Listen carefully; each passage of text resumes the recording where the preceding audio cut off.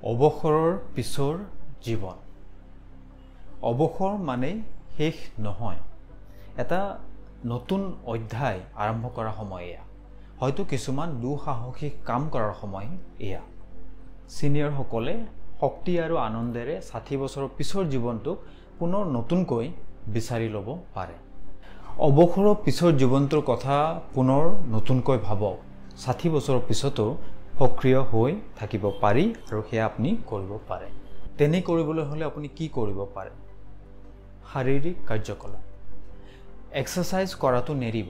যদি আগতে কৰা নাছিল, এতিয়াও সেয়া আপুনি আৰম্ভ কৰিব পাৰে। আগতে যদি কৰিছিল, কণ্টিনিউ কৰিব। নিজৰ শৰীৰটো গতিশীল কৰি ৰাখক। মজিয়াত মেট পাৰি যোগাসন কৰক, নোৱাৰিলে চকীত বহি যোগাসন কৰক।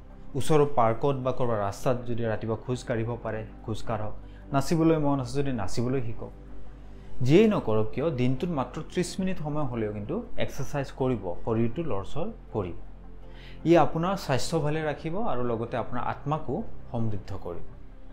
যদি নিজৰ শাক পাচলি বাগিচা এখন কৰিবলৈ মন আৰু ঠাই আছে, সেয়া কৰক।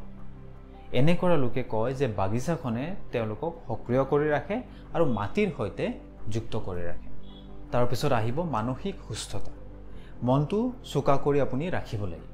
গতিকে মানসিক কিছুমান এক্সাৰসাইজ আপুনি কৰিব পাৰে। এটা ক্ৰছৱৰ্ড পাজল বা ক্ৰছৱৰ্ড সমাধান এটা কৰক, কিতাপ পঢ়ক, দীঘলীয়া কবিতা মুখস্থ কৰক বা নতুন এটা বাদ্য বজাবলৈ, ইনষ্ট্ৰুমেণ্ট বজাবলৈ শিকক। কৌতূহলী হৈ থাকিলে, নতুন কথা শিকিবলৈ চেষ্টা কৰি থাকিলে মনটো চোকা হৈ থাকিব আৰু য়াং হৈ থাকিব, মনটো ভালে থাকিব। আপোনাৰ মনৰ ভিতৰত থকা সৰু ল'ৰাটো বা ছোৱালীজনীক হেৰাই যাবলৈ নিদিব। নতুন নতুন কিবা শিকি থাকিলে ই আপোনাৰ মনটোক সদায় সজীৱ কৰি ৰাখিব। তাৰপিছত আহিব সামাজিক সংযোগ। সমাজৰ লগত আপুনি সংযুক্ত হৈ থাকক। ওচৰৰ কোনো সিনিয়ৰ ক্লাব যদি আছে, আপুনি তাত যোগদান কৰিব পাৰে। নিজৰ গাঁৱত যদি আছে, আপুনি তাত স্বেচ্ছাসেৱক হিচাপে কাম কৰিব পাৰে। বা ওচৰৰ সমাজ সেৱা কৰা কিবা সংস্থা যদি আছে, তেওঁলোকৰ লগত কাম কৰিব পাৰে। আনকি সৰু ল'ৰা ছোৱালীক গল্প কোৱা কামটোৱে কাহিনীবোৰ শ্বেয়াৰ কৰাৰ লগতে আনৰ লগত আপোনাক সংযোগ এটা কৰি ৰাখে। আপোনাৰ সমাজখন আপোনাৰ শক্তি আৰু সেয়া শক্তি আপুনি ব্যৱহাৰ কৰিব পাৰে। সংযোগ কৰক, শ্বেয়াৰ কৰক, উদযাপন কৰক।